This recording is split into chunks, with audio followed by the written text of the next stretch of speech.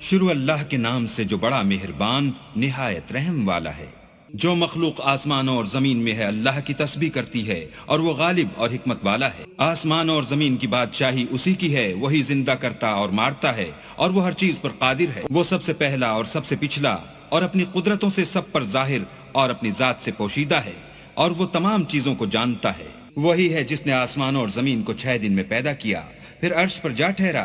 جو چیز زمین میں داخل ہوتی اور جو اس سے نکلتی ہے اور جو آسمان سے اترتی اور جو اس کی طرف چڑھتی ہے، سب اس کو معلوم ہے۔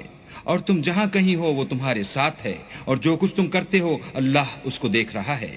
آسمانوں اور زمین کی بادشاہی اسی کی ہے اور سب امور اسی کی طرف رجوع ہوتے ہیں۔ وہی رات کو دن میں داخل کرتا اور دن کو رات میں داخل کرتا ہے، اور وہ دلوں کے بھیدوں تک سے واقف ہے۔ تو اللہ پر اور اس کے رسول پر ایمان لاؤ، اور جس مال میں اس نے تم کو اپنا نائب بنایا ہے اس میں سے خرچ کرو۔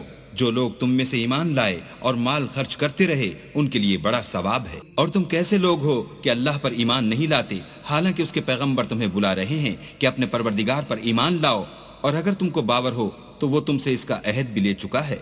وہی تو ہے جو اپنے بندے پر واضح المطالب آیتیں نازل کرتا ہے تاکہ تم کو اندھیروں میں سے نکال کر روشنی میں لائے۔ بے شک اللہ تم پر نہایت شفقت کرنے والا اور مہربان ہے۔ اور تم کو کیا ہوا ہے کہ اللہ کے رستے میں خرچ نہیں کرتے، حالانکہ آسمانوں اور زمین کی وراثت اللہ ہی کی ہے۔ جس شخص نے تم میں سے فتح مکہ سے پہلے خرچ کیا اور لڑائی کی وہ اور جس نے یہ کام پیچھے کیے وہ برابر نہیں۔ ان کا درجہ ان لوگوں سے کہیں بڑھ کر ہے جنہوں نے بعد میں خرچ اموال اور کفار سے جہاد و قتال کیا، اور اللہ نے سب سے ثواب نیک کا وعدہ تو کیا ہے، اور جو کام تم کرتے ہو اللہ ان سے واقف ہے۔ کون ہے جو اللہ کو نیت نیک اور خلوص سے قرض دے تو وہ اس کو اس سے دگنا ادا کرے، اور اس کے لیے عزت کا صلہ یعنی جنت ہے۔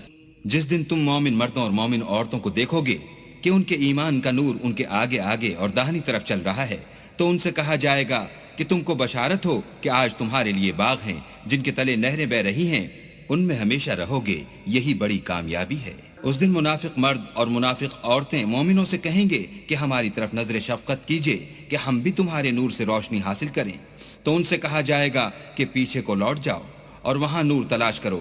پھر ان کے بیچ میں ایک دیوار کھڑی کر دی جائے گی جس میں ایک دروازہ ہوگا، جو اس کی جانب اندرونی ہے اس میں تو رحمت ہے، اور جو جانب بیرونی ہے اس طرف عذاب و اذیت۔ تو منافق لوگ مومنوں سے کہیں گے کہ کیا ہم دنیا میں تمہارے ساتھ نہ تھے؟